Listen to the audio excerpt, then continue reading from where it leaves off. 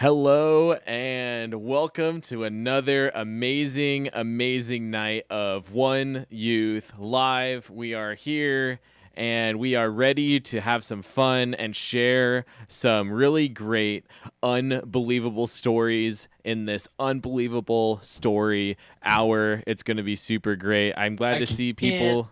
I can't believe it, Pat. I can't believe it. It's too unbelievable. What is really unbelievable is this is the 13th episode of One Youth Live that we've done. That means we've been doing this kind of stuff for 13 weeks. Kind of crazy to think about. But we have an amazing show. My co-hosts here today, we have Jamie from the garage, and we have Chris from his home office. There he is. And then we have our special guest, Mr. Andrew, is here from his bedroom. Rocking the mustache, looking great. So we're there. That's us. We're just the four of us. We have a guest that's going to come on later to talk to us. It's going to be great, but we have to start tonight off with a little bit of prayer. So please join me, bow your heads, and pray.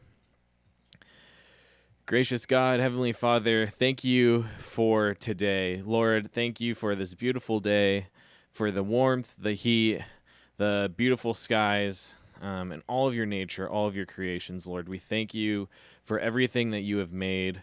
You are so good. You're all-powerful and mighty. Lord, bless today, bless tonight, bless our breakout groups later, bless this show, bless all of the technology that is being used to get this show to you. So, Lord, thank you for all of that. It's in your name we pray. Amen. Amen. Amen. So, Andrew, tell us a little bit more about tonight. What's going on?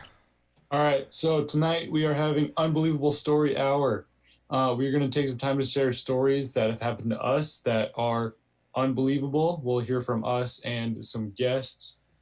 Middle school and high school, we'll have Zoom breakout groups happening right after the show at 7:30. The link will go live in the chat at 7:20, so be on the lookout for that. The link will also be posted on Instagram, so you can go over there and find it. We also want to hear from you guys, so use the chat, talk to us, we can talk to you. And if you have a crazy, unbelievable story that you want to share, you can text the number, I believe it's on the screen, 760-212-4743. Boom. And I'm going to pass it over to Chris now with some announcements. Thank you, Andrew. I appreciate that very much. One Youth, what's going on? Welcome, everybody, to the show. Always a pleasure to be here, an honor. You know what? Let's go over a few announcements, but I think we need to kick it up a little bit tonight. You know what I mean? We need some announcements, music. Let's kick it like ANOUNCEMENTS. What's that spell? Announcements. Announcements. Yeah, boy. Oh, now we're kicking it. That's right. Wow. Wake up, everybody. Okay, you guys know what happens on Friday? Man, a lot of cool stuff happens on Friday. Here's one of the things. The One Amazing Life podcast. That's right. It's the only nationwide podcast for teens by teens. And it also has to do with your fellow One Youthers because that's who we interview. It's me and Jamie as the co-host. We interview. We just talk to you guys, man. We ask you what's going on in life. And this is going to be our second part 2 of our, we did a podcast on racism. We talked about leaders of different colors. We talked about what that affects in our life and how we can be, how we can help create better communities for everybody where everybody feels welcome. So definitely you guys want to check into that.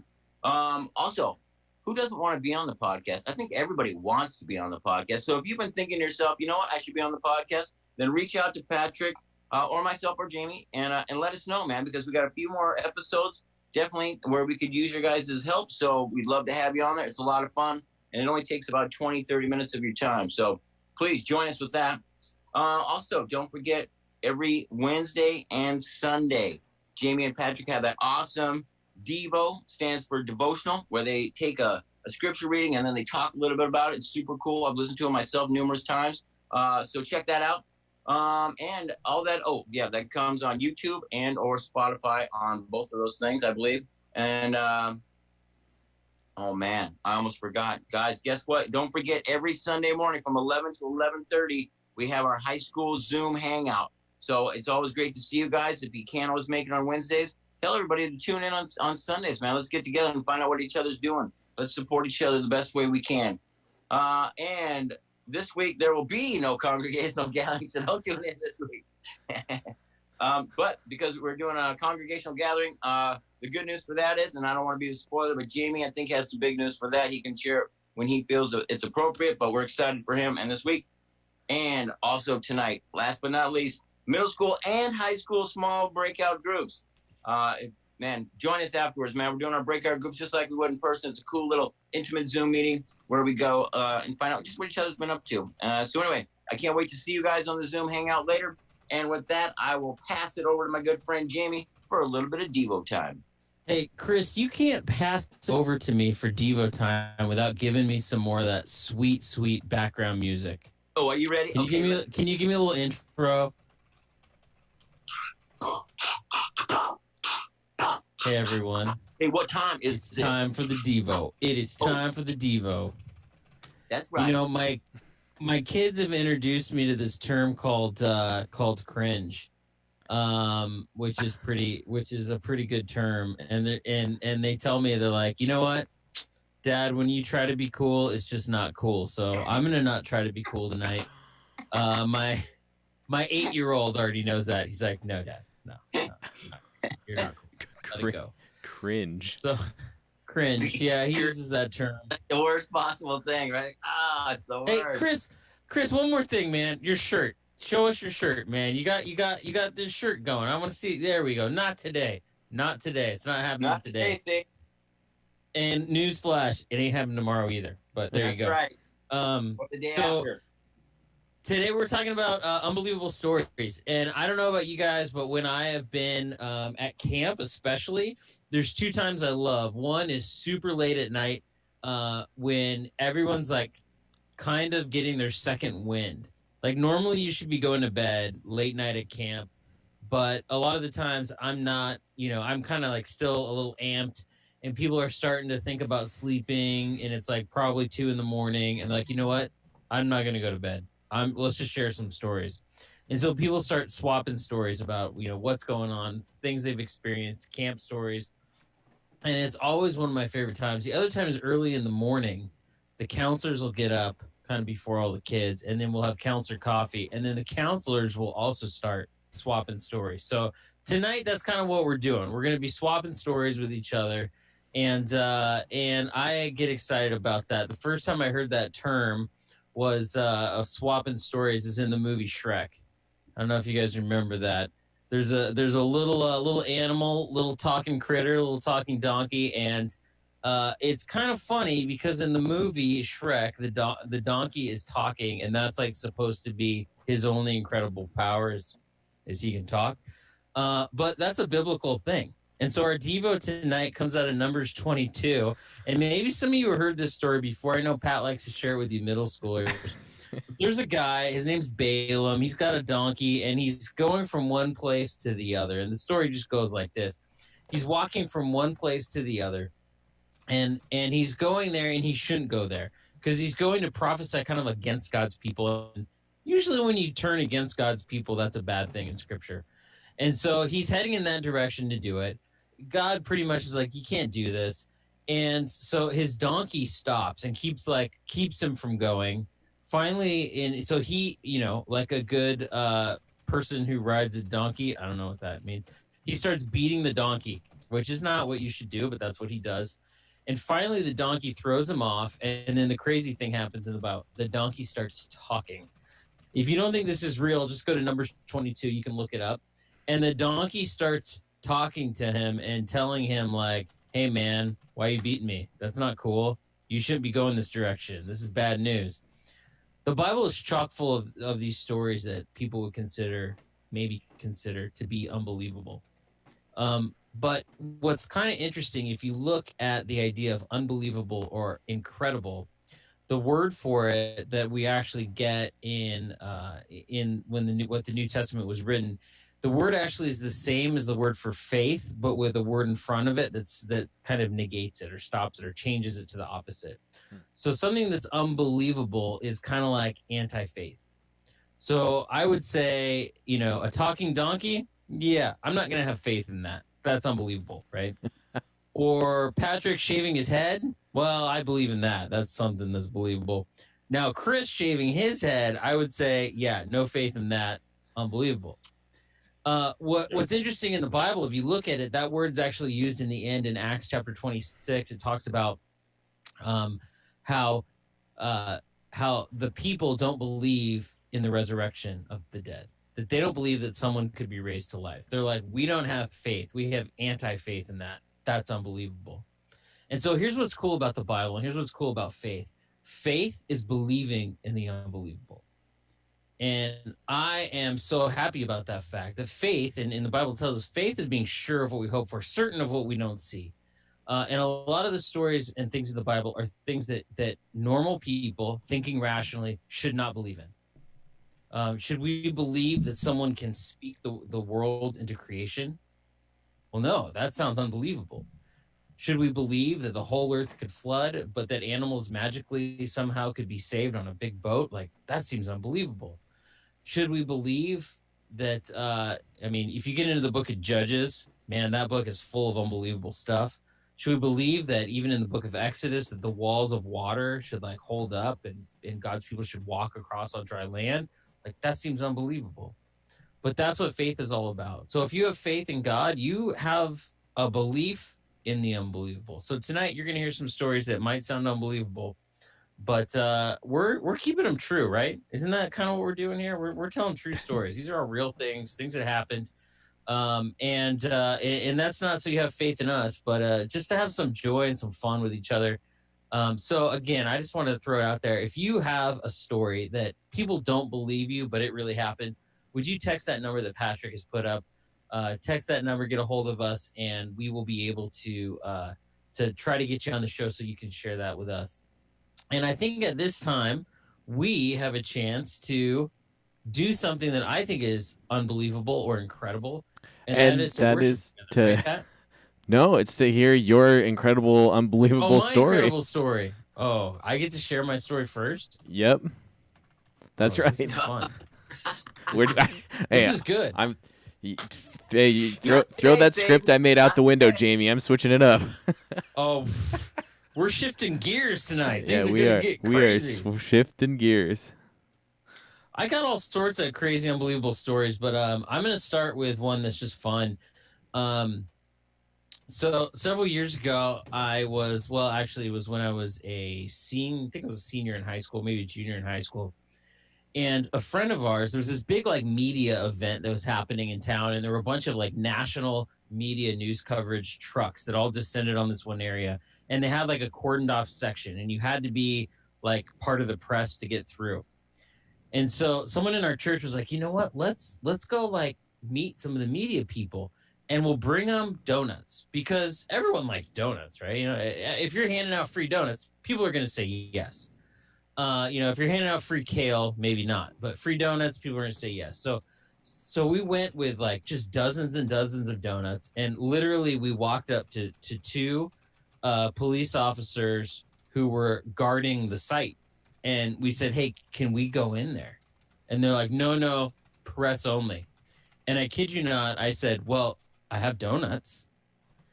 And they're like, oh, okay, yeah, you're in. I'm not even making that up. We literally bought our way into this like restricted area with donuts. Fantastic. And the police officers were super happy to get donuts because they had to sit there all night and not really do anything. So we walk into this press area, and it's all these massive trucks with big satellite dishes on the back, and there's all these news people with microphones, and they're all trying to shoot stories, and it's kind of a fun, like, active place. I'd never been to a place that had so much media coverage. And we're there, and I have donuts, and all of a sudden, all of our people kind of are spread across, and I look, and I see that there is a news team about to go live. And so I decide I want to be on national news. Like, I just want to figure out how. Now, I wasn't the guy who, like, went behind the scene and started, like, waving my hands and pointing at myself or whatever people do. But I did see that in the back of the shot, there were two more police officers. So I grabbed a giant box of donuts, and I gave donuts to cops on national TV as the backdrop for a live broadcast. And that is the only time I've ever been on national TV. And hopefully it's the only time I ever will be on national TV, giving donuts to cops. So that's my unbelievable story, but it happened a long time ago. And Patrick, Yeah. where are we going now? Since we're throwing the script out the window, Yeah. Just what's our next move? our next move is we really I'm so excited for this. Chris, it's your turn. I want to hear gosh. your Chris, you're up. I want to hear your incredible story. And I don't know if you guys can hear it, but you're hearing my dog in the background because he's going absolutely bonkers. But Chris, I want to hear your unbelievable story. So go ahead. Oh man, you know what? Yeah, thanks, Patrick. I appreciate that. Okay, nothing like my amazing story is we could talk about me jumping out of planes. We could talk about me playing on the stages of all these rock star guys you don't know about. But let's get down to something that only God can handle today, shall we? There we go. Okay. So, as everybody knows, there are a couple things that I really love. But two of the things that I really love, this is a recent one because I shared some of them already at camp. But two things I really love are the New Orleans Saints and Santa Claus, right? And we know this. And before everybody gets crazy, here's why I love Santa, all right? Because I celebrate Jesus' birth on Christmas. That's what Christmas is about. I'm not taking anything away from that. I love Santa because Santa is like a miracle for kids that don't have anything, right? Like there's like something that little kids can believe in, and what they choose to do with it, other than that, that's fine. But it's like the spirit of giving. Santa goes around, he gives gifts to people. You guys know I love kids. I love to give gifts to people. So that's what my love of Santa comes from. It's not from a existentialism, anti-Jesus Christmas holiday thing. All right, just so we get that clear. Anyway, so this is the deal. 2 years ago, I talked to this kid. He says, my uncle used to be this thing called Sainty Claus. I'm like, Santa Claus? What's that? He goes, it's Santa Claus, but he dresses up like a New Orleans saint every year for the holidays. And I said, oh, really? He said, yeah, but he died a couple years ago, so nobody's been doing it. And I'm like, oh, that's crazy. And I met this kid in Portland, Oregon, okay? So we had both traveled to Portland, Oregon, even though he was from New Orleans and I was from San Diego. I said, do you mind if I take that outfit over? He says, no, go ahead, man. So I'm thinking about it, and a year goes by, and I haven't made it. And then now all of a sudden we get to this year, and a friend of mine posts online because of the COVID virus, right? She's out of work hairdresser and costume designer. And she says, I need some work. If anybody has anything, let me know. So I said, you know what? This is a great way for me to give back to her, help her out, and then also get my Santa Claus outfit made, right? And so I said, hey, will you do this, make this Santa Claus outfit for me? She's like, okay, sure. So she's in the process of making that outfit right now as we speak. So my whole idea is that I'm going to go to a Monday night game in December, dress like Santa Claus, and then, go on Monday Night Football. It's going to be epic. Well, I get the schedule like 2 weeks ago, right? And for the whole month of December, the 3 games the New Orleans Saints are playing are all Sundays and out of town. And then there's one game that they're going to be playing in New Orleans, but it's a 10 o'clock game. And I'm like, man, it's not. I wanted it to be on Monday Night Football, right? I wanted it to be epic. And so I don't think anything about it. I get kind of bummed out, and I just go away, and I'm trying to process it. And I'm like, you know what? That's okay. God knows what he's doing. I'll go back. So I go back to the screen, my computer at work. And I don't notice, but underneath the last game, it says, oh, and also for the first time ever in the history of NFL, they're going to do a Christmas Day game. The 2 teams will be the New Orleans Saints and the Minnesota Vikings in New Orleans. All right. So Nice. now I actually get to be Santa Claus on Christmas Day in New Orleans, right? And the significance for me on that is just so you guys know, is that, I've had some alcohol problems in my life earlier in my life. My lifestyle's a little bit different. And when the New Orleans Saints won the Super Bowl 10 years ago, that was kind of the day that really turned me around and got me started on this path to where I'm at today. So I'm literally coming back 10 years later after God helped turn my life around, and I'm getting to fulfill on a lifetime dream of not only being Santa Claus, but a New Orleans Saints Santa Claus. And then it gets better. You think that's great. It's not even over yet. And then I go into my gym yesterday, and I'm telling the guy that owns the gym this story, and he says to me, hey, I used to play for the New Orleans Saints. I'm like, what? And he's this big dude, and I believe him. He says, yeah, man, I thought you knew that. I said, no, I knew you were from New Orleans. I didn't know you used to play. So he pulls out his phone, right? And he starts texting, and he goes, well, okay, hold on. My cousin works for the Saints. Let me tell him what you're up to. And because I told the whole story about how, I got sober and all these things. And so now the guy in the head office knows the story. And so we're trying to set up a thing where I can go to Children's Hospital a couple days before the game, dressed as Santa Claus, to like be Santa Claus for like the sick kids with the New Orleans Saints players, and possibly even do a daytime thing for the game, like, you know, in the main lobby, like a Santa booth set up for like all the people coming to the game and take pictures. So I'm leaving this as a part 2 story. That's the first part. How amazing is that, though? That's crazy amazing. I'm excited for the pictures that are gonna come from that. Yeah, right? Me too, man. I can't wait to see this outfit. I haven't even seen it yet, but it's gonna be epic. I know that. So that is going to happen in December. Yeah. Wow. So December, I fly out like December 22nd, come back like December 27th or something. Wow. That's crazy. Yeah. Well, So I'll be spending Christmas Day with the Saints in New Orleans at the Superdome as Santa Claus. now I know nothing about football. I like don't really know anything. Is a Christmas Day game normal, or is this kind of out of the blue? No, it's like I don't think it's happened literally for like 25 years, maybe 20 years. Because typically what happens, that's a great question. Because typically what happens is that Thanksgiving Day is football, and then Christmas Day is basketball, because those are the 2 seasons. You know what I mean? Like by the time Christmas gets here, it's kind of like the middle of basketball season and the end of football season. So they give Thanksgiving Day is for the NFL, and then Christmas Day is for the NBA. But this year, for some reason, they decided they were going to have, it's just one game too. It's not like a whole day of it. It's just the one game. Now, I know you're thinking, Patrick, like, I'm a Minnesota Vikings fan, and I think we talked about this last year, Chris, when my Vikings knocked your Saints out of the playoffs, and so don't get your hopes up. I know what you're saying, Patrick. I can already hear you. But you know what? I didn't know. The Lord is on my side this time. I just want to let you know that, all right? So. Well, I didn't really know that, so thanks for the info. That's not true. These are true stories, Patrick. You know it. You know you're a Vikings fan. We talked about this. I know. I'm more of on the plane ride back from National Youth Workers Association. Don't think I forgot about that conversation, but I'm on to you, buddy. Yeah.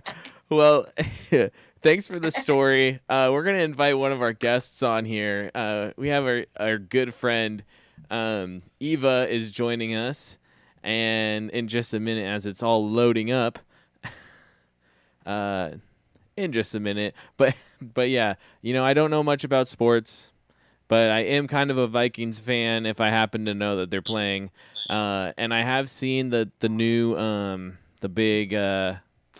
stadium. So I have seen that. And I saw it while they were building it. It sounds like we have Eva here, but it's only audio. Eva, can you hear us? Yes. Can you guys hear me? Yes, we can hear you. We're going to rock with just audio. That's totally fine. Eva, how is your day going? It's going great. I woke up at 6 and I ran 3 miles. You ran 3 miles in the last 57 minutes? That's wild. No, That's I woke incredible. up Oh, 6 a.m. Got it. And then I was in my kitchen, and then my neighbors like just walked in randomly, and I was like sitting there cooking. And I was like, "What the heck is happening?" So that's like, random. I know, it was very random. I was like, what are you doing here? But I guess they were like changing the mirrors that like my brothers broke a couple years ago.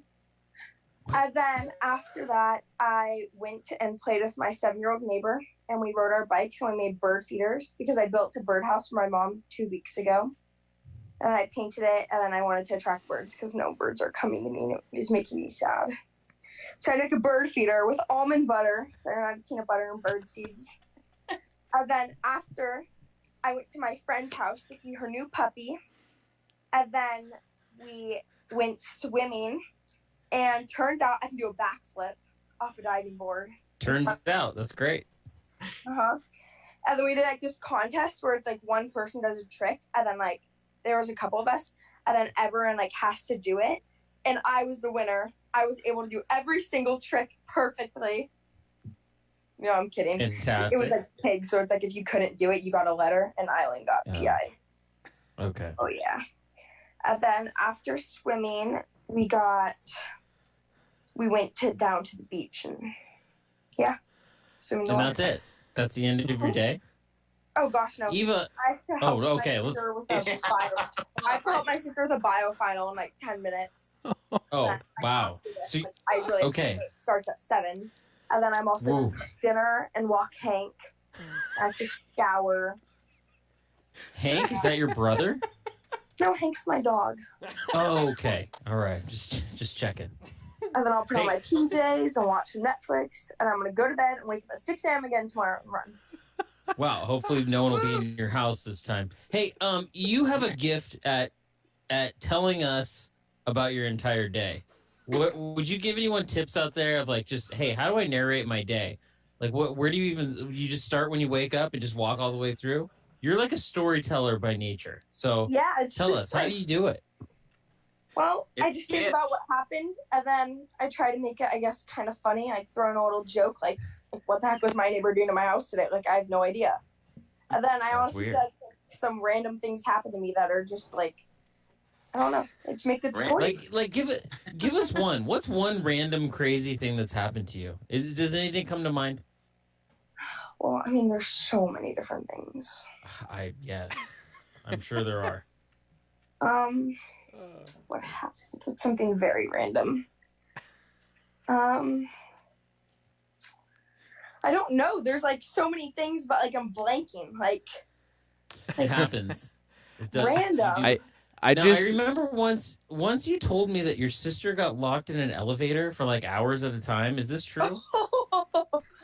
This is funny. We were in Spain, in San Sebastian, and we're like sitting. I'm like upstairs. My cousin. It's like the night before we're leaving. Everyone is so stressed out. We're in this like tiny little like loft, and there's like 15 of us almost in here. Like people are sleeping on the couch. John, my oldest brother, like wasn't staying with us, but like met up with us and decided to bring like his 5 friends from Pamplona because they come from there in Spain. And then came up to San Sebastian and took the living room.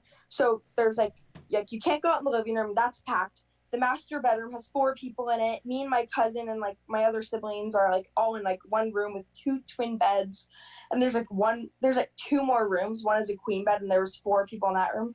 And like 3 people sleeping in like a game room kind of where there was like a ping pong table. Like one of them slept on the table. But like everyone is so stressed out. Like we're ready to get on 3 connecting flights the next day. And like we're leaving my brother in Paris.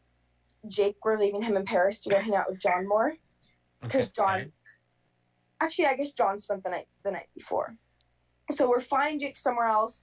It's one adult, my mom, with all of these kids and stuff. And we're like, ready to fly home. And Mia and Jake are like, oh, we need a break. We're going to go take a walk. Like, we can't do this anymore. And I'm like trying to put my cousin to bed because she like is like very like always needs to be like with her parents. And she's literally 12. Like she's very young baby. And, like really kind of needs to grow up a little bit, you'd say. But so she's like crying, like I'm like, come on, Tess, like you just gotta go to bed. And finally I can kind of get her to bed, but it's like really loud because everyone there stays up till like 2. But we knew that she would be like tired and whiny tomorrow if she didn't sleep. So she's like asleep, and then we're like, oh my gosh, Mia and Jake aren't coming back.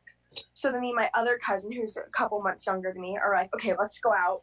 We go out, we get ice cream and Slurpees, and then we come back and we go up to the house. And like 5 minutes later, like we hear the intercom kind of like to ring him up. So we ring him up. And then like, hey guys, like, oh my gosh, we've been looking for you. Like we ring him up. And then like 10 minutes pass, and we're like, what the heck? And I get a phone call, and like none of our like texts are going through because we're in Spain. We don't have any data, and it's only like we only have like Wi-Fi. So then I get a call, and it's like Mia, and at this point like my parent, like my mom's like mad at Mia and Jake because they're just like not packing and being terrible kids. So then we're like, oh, what is it? Like you need to be quiet because like the intercom's already so loud. And I was like, guys, like, just come up here. Like, come on, we need to go to bed. Like, we're leaving tomorrow. And they're like, we're stuck in the elevator. And I'm like, no way. This tiny little elevator, like room for one person. Like you can't even, you can fit one wheelchair in there with like an inch on each side. Like this tiny elevator, no windows, nothing, old, like creaks. Like you have to manually shut the door and stuff. Like so old. And Mia and Jake are stuck in this elevator, and it is so hot. And they're in there, and I'm sitting there like laughing. I'm like, no way. And I go downstairs, and I'm like trying to like open the door, and I'm like, guys, like, haha, it's like not opening, like, whoa. And they're like, you have got to be kidding me. I was like, I am never going in an elevator again. You know, a little drama queen kind of. So then I'm sitting there laughing, and my mom comes down, and my mom's like, well, this is their lesson. Like, it's karma, like laughing at them. Well, so they're laughing, and then a neighbor comes by, and they're like, oh my gosh, they're still stuck. And now it's like 30 minutes. And then one of the neighbors, I think, who like lived there, like called the maintenance guy. 45 minutes, the maintenance guy like comes back, and it takes them like 15 minutes to open it. And they finally get let out, and they're like, I'm always taking the stairs from now on. And we're like 6 flights up. And so they're like, we're all going up, and they're like dying. At this time, it's like 1 a.m. or something. And then, so then they're stuck in the elevator. And then, I don't know, they got out. And then, like, I guess we all went to bed. And next morning, we had to get up at like 6 or something. And we all had to like shuffle. We had to get in this one shuttle, like this tiny shuttle. I'm like running around the streets at 6, like nothing's open. I'm getting like 20 croissants. Like, it's a disaster. And we finally all got in without losing anyone, which is a huge accomplishment. We got to the airport, and then we flied home, and it was interesting. Oh but my to god. this day, my sister has never taken another elevator. They're never like they still haven't taken elevators to this day. No, it's been like, it was last summer, so. Oh my gosh. I know. Hey, well, that you are an amazing storyteller. I appreciate I appreciate your storytelling abilities. I was laughing the whole time. That was so funny. I was laughing at them the whole time. I was like, I'm so glad it's not me. Whenever you want to come on the show and share some stories, feel free. Anytime. Just call Pat. He'll make it. Anytime I'm with my friends, like I walk up and they're just like ready for like my story. I'm like, okay, guys, this is what happened to me today. This is what happened to me last night. I had this crazy dream. Like, it's like never stop talking. Well, you know, my favorite part about this whole thing is tonight's topic is unbelievable story hour. And literally right before you were going to come on, I texted you and said, are you ready? And you said, I don't know what I'm going to talk about. And you jump on and you like literally instantly go into this unbelievable story of your day. And so I was like, well, that was pretty easy, I guess. So well, I didn't know if I should talk about like a casual story or like a creepy story or like a funny story. So I was like, yeah, you did great. So I know that you have a lot more things to do in your day. So thank you for putting us in and allowing us the time to hear your story. We really appreciate it. Yeah, I'm not cool. I'm just so busy during quarantine. Gotta go make myself dinner. And you got to help someone with a test. Oh right. Yeah, I took my sister's bio test the other day. What? Like what? Like she's a sophomore in college. What? And then she went because she never read the book about it, and like I never read it, and I'm like looking up like the overstory about this thing, and I'm like taking a guess. It's like it was like, what is this guy's like what tree does this guy represent in the story? And it's like fig, maple, redwood, like coast living. I don't know, all these weird things. Well, right. That's something that I don't know if you should have said online. You may not want to share that online out loud, but hey, you know, we don't know what's sister. Yeah, I guess. I don't know. Yeah, You so guys that's don't know her totally name. yeah. So We'll see how this one goes. Yeah. So thanks. You know, I can hear Megan laughing. She's like in the other room. She's like laughing the whole time. So yeah. So Megan said that she loves you, Eva, and thanks for being on the show. Now go get your sibling an A on the next That's test. Yeah, I'm determined it's happening. Yeah. Okay, thanks for having me, guys. Of course. Absolutely. Anytime, literally anytime. You're always You're gonna welcome. regret that. You're awesome. Yeah. All right. Talk to you later. Okay, bye. Guys. Bye. Thank Bye. you. Hey, just a shout out for anyone else out there. If you guys want to call in and share a story, we've got time for that, and we've got opportunity for that. Just make sure you text Patrick, and we'll put you in there, and you can share with us some of your crazy, unbelievable stories. Patrick, who should we hear from next? Well, definitely Andrew. Andrew, let's hear your story. All right. You know what's most unbelievable about Andrew is that stash right now, man. I just got to tell you. I've known you since you were a little middle school kind of 6th grade kid, and never imagined you with a burly stash. So it took me 21 years to grow this bad boy. So. Congratulations. I don't know if that's the proper term to say to someone. We'll see how long this lasts. I really don't know. All summer. All right, bet. All right, let's hear your story. What do you have to tell us about? I mean, you can give a little behind-the-scenes Forest Home story if people want to hear that. Oh yeah. Have to do with some fuzzy friends of mine. I think this might have been week 2 or 3, so everyone's still pretty new to the job. Campers are. And this was early in the week too. Campers had full of energy, and we all didn't really know what we were doing. And so, you guys have been to Forest Home, you know that first or second night we usually have a night game. So that's always after gathering. So we finish gathering, let the kids out, and one comes back and says he saw a large fuzzy friend at the fire pit in Creekside. A big bunny. Oh, little scarier than that. Oh. So if you guys have ever been to Creekside, you know the fire pit is right in the middle of camp, surrounded by everybody. And so at this time, we had 400 middle schoolers walking right towards a bear. And I was a middle schooler. You guys were or are middle schoolers. And we all know middle schoolers enjoy danger or making decisions that we might look back on and think are not the smartest. So I'm told to go take care of the situation with another coworker, the sound guy. So me and Jordan start running towards the fire pit. We have to push our way through 400 middle schoolers and herd them all away from the cabins, and we don't know what's going on behind us. It could be 20 feet behind us. It could be 50 feet behind us. All we know is there's a bear to our backs, and we have to get as many middle schoolers away as we can while they keep moving towards us. So eventually we yell loud enough. We get them away. Step 2, we got to figure out where the bear went. So when you guys are at camp, next time you go and you hear them, when staff tells you get out of the way, get out of the way. It's for your safety.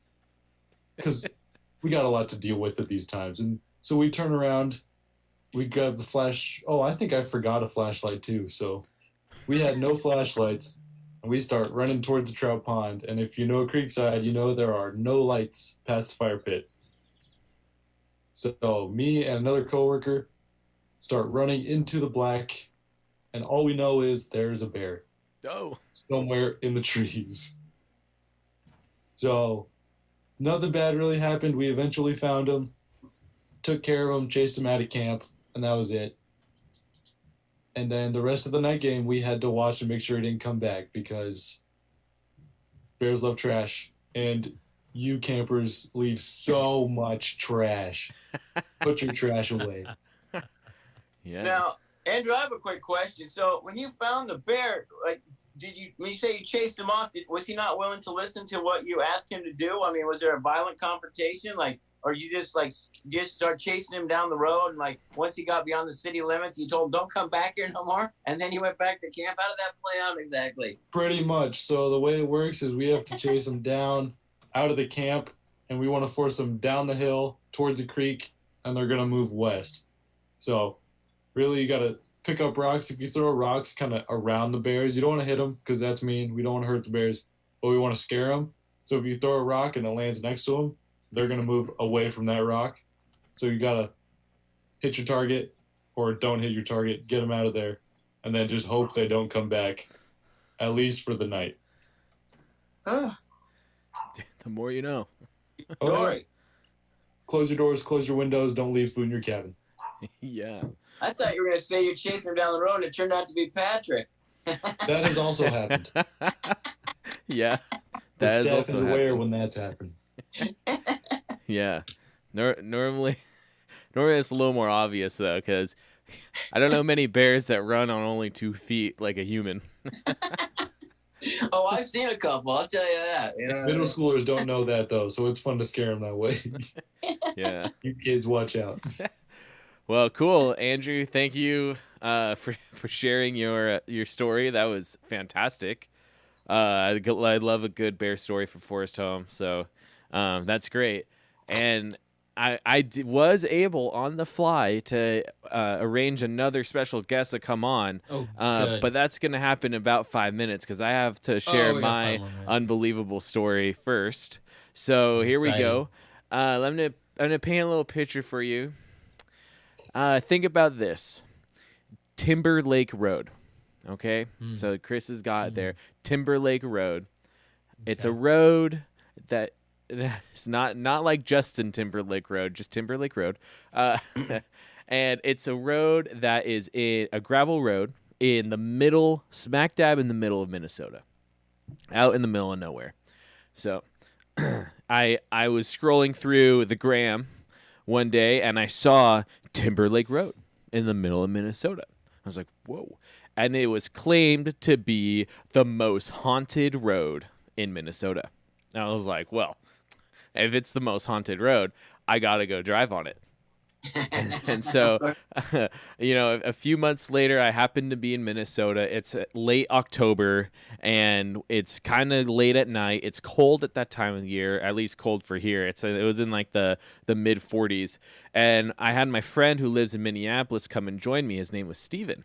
And so Steven comes up to the cabin I was staying at, and I was like, dude, check this out, Timberlake Road. This is going to be super cool. And let's go do it. And he's kind of like, I don't know. Like, I don't know if we should go do that. I was like, no, it'll be awesome. It'll be so fun. Well, let's just go check it out. There's like no way it's haunted. So we wait, we play some cards, we hang out. It's 1 a.m, okay, 1 a.m. And I'm like, now is the time. So we hop in my aunt's truck that I was borrowing, and we take off driving to Timberlake Road. And we're driving. It was about 30 minutes away, and my friend falls sound asleep. And I was like, oh, gosh, okay, well, he's just going to sleep, and I'm going to go experience this, and I'll let him know how it is. So we get to Timberlake Road. We turn onto the gravel, and it is spooky because it is black. It is dark. There's no moon. And I turn, and it's like a tree tunnel over this road. I was like, shoot, man, this is kind of nuts. So I wake him up and I say, hey, we're here, check it out. So we start driving down this road, and I think I kind of got in my head a little bit because I kept feeling like I was seeing like real red dots, like laser lights everywhere. And there's a lot of no trespassing signs on little driveways, and the trees are just going like this, and it gets smaller and smaller and smaller. And finally, I'm like, oh, gosh, like this tree tunnel is like going to end. And we get to the end of the road, and it's a T. There's like a T intersection. As we get up to it, and we can turn left or right. And so looking left, it kind of looked like the road ended, completely pitch black, couldn't see anything. To the right, it looked like the road went a ways, and there was a light off in the distance. It looked like a street light or something. So I said, let's go towards the light. That'll be great. So we turn and we start going down this road, and it's gravel, and you're not supposed to drive very fast on gravel. So we were going like 30 miles an hour in the dark. And the creepiest thing happened. We're cruising along, and then all of a sudden, boom, right on our bumper, right on our tail, big headlights. This guy driving a truck came out of nowhere and was just on our bumper. And I was like, I don't know where he came from. I don't know. I didn't pull out in front of anyone.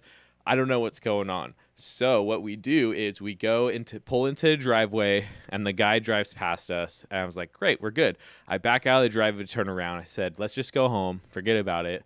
And we were driving down the road. The guy that was following us turned around also, and boom, right back on our bumper again. I'm like, what in the world? This guy is absolutely nuts. And it's in the middle of the night, in the middle of nowhere, and it's pitch black. So I'm like, shoot, it better go a little quicker. So we turn back on to Timberlake Road, and the guy follows us, and he's just on our bumper. So I try to pull over and pull off, just thinking like, I'm gonna let this guy go, Speedy Gonzalez over here, and pull off, and he pulls off behind us too. So at this point, I'm like, man, this guy is like absolutely following us. And my friend is like falling asleep, like kind of not even understanding what's going on. But then all of a sudden out of left field, he goes, "You better go fast." I'm like, what? What do you mean? And so I just put the pedal to the metal on Timberlake Road in the tree tunnel in the dark on the gravel, and this guy chases me like it's a NASCAR race. He is just on me the whole entire time. I'm panicking. My friend's freaking out. It's super cold outside, and we have the furnace going, super hot, and it is just like so insane. And we get to the end of Timberlake Road, or the beginning of it where we started, and I just like quickly I turn left onto the main highway, and I'm just like have the pedal to the metal, and I'm looking in my mirror to see if the guy comes out after us, and he didn't even get to the end of the road. He chased us off of Timberlake Road, and we didn't see him again. And so I don't know like what makes the road super creepy. There's lots of stories around it. They've seen ghosts. There's a cemetery, this and that. But all I know is that someone was following us, someone was chasing us, and it was absolutely crazy. So if you're ever in Minnesota, central Minnesota, go check out Timberlake Road and let me know what you see. So. I think that's gonna be hard. That's gonna be a hard pass for me, Patrick. Yeah, I'm with Jamie. If we're ever there together, me and Jamie, we're actually going to like Chicago, and you can go to your little place in Minnesota. That's right. Wow. Or we're gonna rent a truck and just follow you around just to freak you out. Like that's what I'm. Yeah, it'd be more fun. It was creepy, and you know that the other like bummer of that. Well, not bummer. It was kind of a fun experience. I didn't know how cold it got at that time of the year in Minnesota, and the cabin we were staying in didn't have any insulation. It was a summer-only cabin, and that night it got down to 30 degrees. Like, pipes were freezing. It was cold at 30 degrees inside, and we just had some blankets. And so that whole night I was thinking about Timberlake Road, freezing, trying to stay warm, and trying to sleep. So quite the way to experience the creepiest road in Minnesota. So I think you guys should go check it out. Seriously. Yeah, it sounds great. Yeah, lovely. Nice vacation spot. Yeah. Hey, Patrick, do you have time for one more story before maybe our guest comes on, or is our guest ready? Maybe in just a minute, because our guest is coming on right now. Hey. Oh, newbie. Hey, noobs. How you doing? I don't think we can hear you. Can you hear me now? Now we can hear you. Now we there can. we go. Now we can hear There we go. Hey, so I heard. Oh, go ahead, Jamie. Oh, I was gonna say, what's your story? Okay, I have a couple. Okay, I'm trying to think.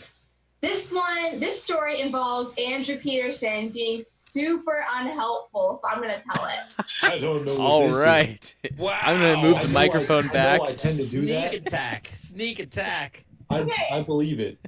I'm moving my microphone back. I'm gonna let you guys dish this out. I'm gonna enjoy. Yeah, this. Wow. Okay, They record. It was 2016. I decided I'm gonna go to Hungary on this mission trip with SUPC. Super stoked, and I am also someone who is incredibly accident prone. My dad calls me a disaster magnet, so I feel like that tells you all that you need to know about what happens to me in life, like when I'm just living. And so in high school, I was a goalie. That was my position in soccer, and I was pretty good. And so we're in Hungary, and Andrew is running around on the field. We're playing soccer with a couple of Hungarian kids, and I'm like kind of being a little egotistical. And I'm like, I'm going to get in the goal and just show these people that I can stop anything, like that I'm good. And mind you, like, I was not that good, but I thought I was good. So this is what I get. This is so what I get. God's funny. God has a sense of humor. So I'm in the goal. I'm like ready to go, you know. And then I think it was like some Hungarian kid takes a shot at the goal, and it was a high shot, and so I jump up. It hits the crossbar. Oh no! It hits the crossbar, bounces straight down, and because I jumped for it, I landed on the ball and fell to the side, and I heard an audible pop. I broke my foot. I remember it now. And Andrew is just sitting there laughing at me. I couldn't get up. I was in so much pain. And Andrew's like losing his mind laughing. And like the Hungarian kids were like, what do we do? What do we do? And I couldn't get up.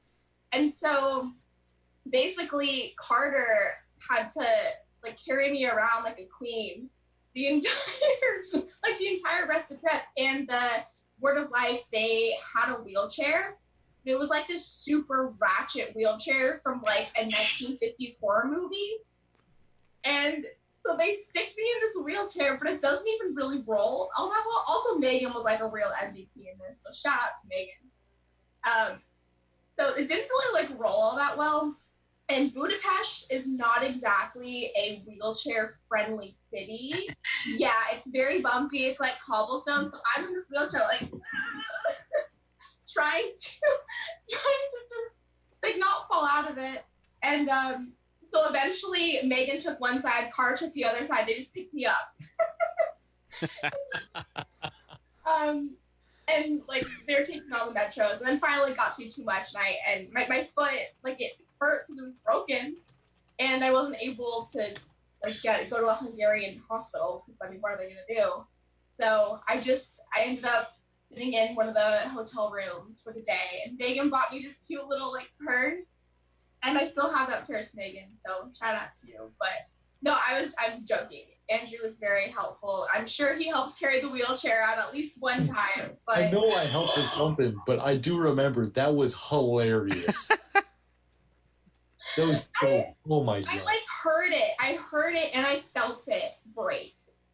Oh. So there you go. There's my story. Wow. By the time you went up for the ball, it wasn't there. And then you fell. Oh, wait, but I love it. I stopped the goal. It didn't go in the goal. So well, that's all that matters, right? You know. Hey, newbie, knowing you and knowing some of your other stories, tonight was supposed to be about unbelievable stories, and I totally believe that one. That kind of adds up. Sorry, it kind of adds up. Yeah. Apologies. Hey, well, I want to share one story too before we go, because it just came to mind, and it's unbelievable, and it's something God did, and it's exciting for me. There was I shared this with some of the high schoolers before, but years and years ago, I was working in Coronado at a youth group, and the high school there had about 1,000 people that go to high school at Coronado. And one of our youth group kids came up to me and said, Jamie, do you really think God will answer prayers? And I said, well, yeah, I really believe that. I have faith in that. And so she said, well, I feel like I want to not necessarily test that, but I'm going to pray for something. What should I pray for? And I said, well, pray for something that's selfless. Don't pray for something for yourself. Pray for something that maybe will help someone else out. And she said, okay, well, I'm going to pray for someone to show up, someone to come to youth group, because I think that'd be good for them. And I said, well, don't just pray for any old person, because you could invite them and they'd show up. I said, I want you to pray for the most unlikely person to show up. The person in your mind who you think will never come to youth group. Pray for that person. And I said, do you know who that is? And immediately a name came to mind. And it was this one other girl that she had as a friend, not a friend, but just someone in class.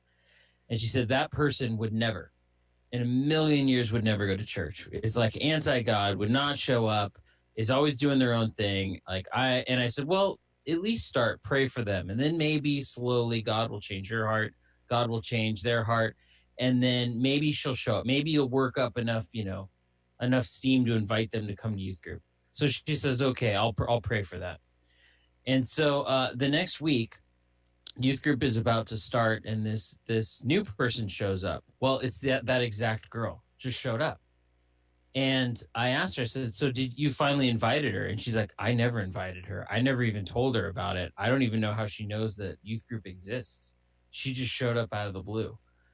And that girl ended up coming to youth group, ended up giving her life to the Lord, ended up actually working at the church, and our church had like a little thrift store down there, and being really connected. So God does amazing things. Like the unbelievable is kind of what God works in. And so that's kind of the final story I want to leave. For any of you out there who are looking for something that is unbelievable, or maybe something you think is impossible, know that that's what God does. And with that, I think we're getting close to our breakout group times, right, Pat? Absolutely. We are at that time where we're going to open it up for Hey. breakout groups. The link will be going down in the chat in just a minute. Just a few reminders, please. When you join, make sure that your name set on Zoom is your actual name. If something pops up and I don't recognize your name, or it's something really ridiculous, I'm not going to let you in. So please make sure you have your name set on Zoom when you join. Or if it's something really crazy, make sure you reach out to me and tell me what crazy thing it is so I know. And also, it'd be great if everyone could have a camera working and audio. But if you only have audio, that's not a problem. If you only have a camera, that's weird. I don't know how that would. Most computers have audio, and anyway. So there's that. The link is going live in the chat right now, so be sure to follow that. It's also up on our Instagram bio, so you can find it there as well. And the information to join will pop up on the screen here in just a little bit.